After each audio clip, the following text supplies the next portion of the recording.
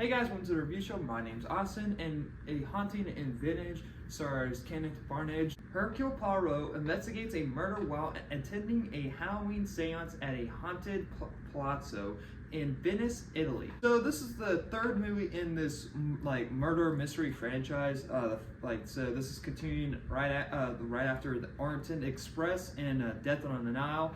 Orient Express, I remember being okay. I don't remember that much about it, but I remember being decent.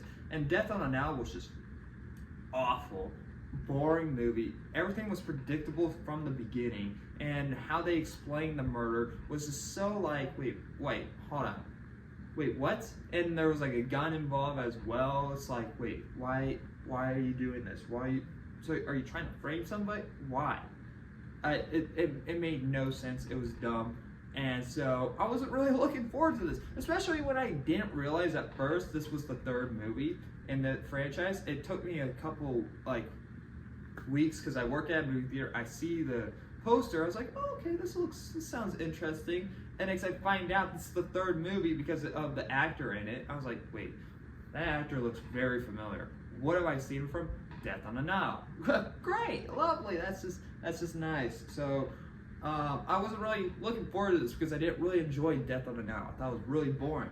And so, but the thing is that made me interested about this movie. It was going for somewhat of a horror factor. And for one, I knew going in it wasn't going to be a horror film. It does have horror elements. I do like the atmosphere that it tries to build. But it does have a couple boo type of jump scare moments that involves a bird, or sometimes that is a ghost.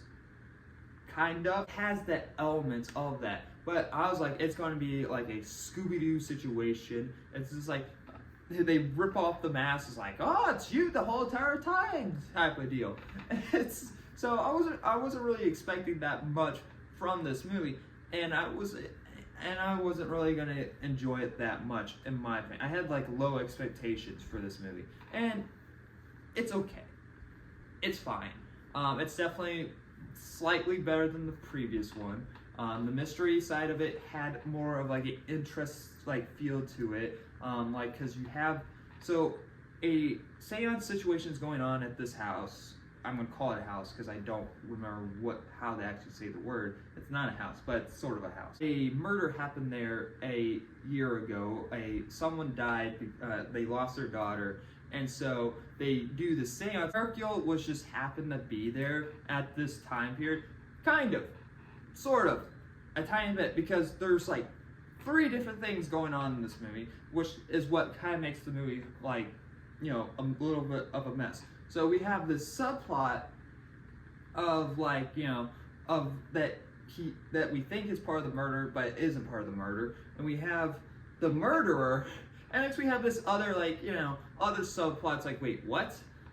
And so it becomes very confusing about what the movie is trying to focus on, because half the movie we're focused on this, and when we find out this, it's okay, what does that change? Nothing really. So why does it matter? It doesn't. And next we find out what happened, and next it goes and next it backs itself on it. It's yeah, so thanks for that, and next I don't believe you type of deal, and next it does a 180. I don't know how that's the best way I could explain it without spoiling the whole movie. But the movie just comes very convoluted in its own idea, and I wish that it just okay, you know what, this first subplot, whatever, fine, you have it in the movie, whatever, cool. And next you have the actual reason of the movie that just says, yeah, we don't know what ending to go for, so we're gonna have both in the movie. It's wait, no, you just said the opposite of that. Why are you gonna do that? That doesn't make any sense. So that's kind of where the movie falls for me, is the ending. And next, the mystery side of it, once again, he just kind of just puts it all together without actually any actual explanation to it. There's it's a little bit more oh, okay, yeah, I remember you saying that. I do remember that person saying that. Okay, I understand how you put the clues together, but without actually putting the clues together. We don't actually, it's just it's the same thing with the previous one, but it's slightly better. But the previous one, it's just like, yeah, it's this person, it's it's this for this reason why you did it. It's like and it's like, okay, and it's when and what is also explained here, it's like, so jealousy, which is always the case in these type of movies. It's always jealousy. So I've had a hunch of who it's gonna be. I was like, it's gonna have somewhat of this person involved, and it's gonna be this person somewhat, and it's gonna be some form of that.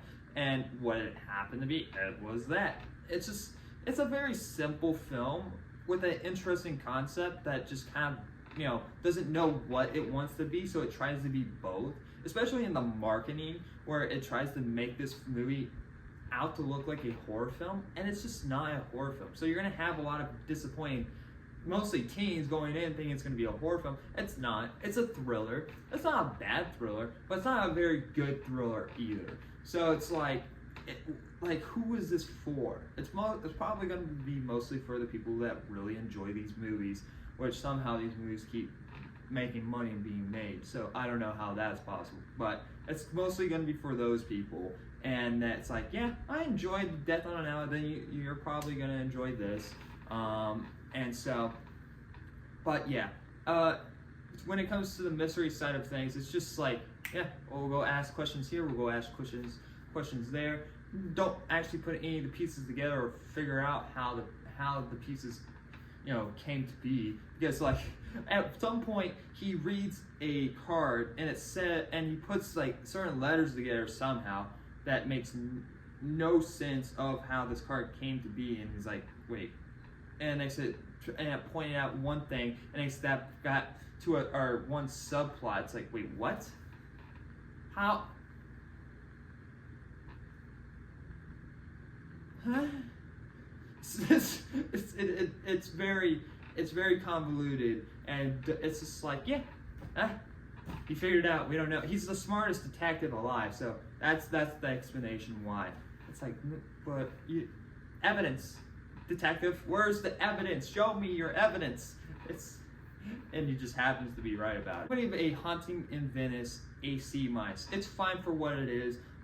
Doesn't do anything new. It doesn't do anything that better than the previous one or the first one. The first one and this one are kind of in the same realm of each other, but it's not saying that much when the franchise is not really anything. And so, because they also try to do something with our character where he doesn't want to be a detective anymore. They kind of hint at that one in the previous one, but he keeps getting dragged back into this, and so he needs to find out, somebody wants him to find his purpose again, and by the end of the film he does. It's like, all right, great, we're gonna have more of these movies. Lovely. So like, there's nothing actually new to the story. We're not learning anything new about our character. At least in the previous one, we actually learned that he was part of the war, and that doesn't actually do anything in the movie. It doesn't actually add anything. So hopefully, maybe in the next one it'd be more of a character movie for our detective, but mostly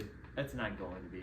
It's going to be like whatever. It's like, here's another mystery. Solve it for us. Oh, thank goodness. I recommend skipping on this one. Wait until it's on Netflix or something. Or if you do really want to see it in theaters, just wait. You can wait a couple weeks. You don't need to really rush out to see this one. But yeah. Anyway, guys, thanks for watching. And like always, I see you guys in the next review. Bye, guys.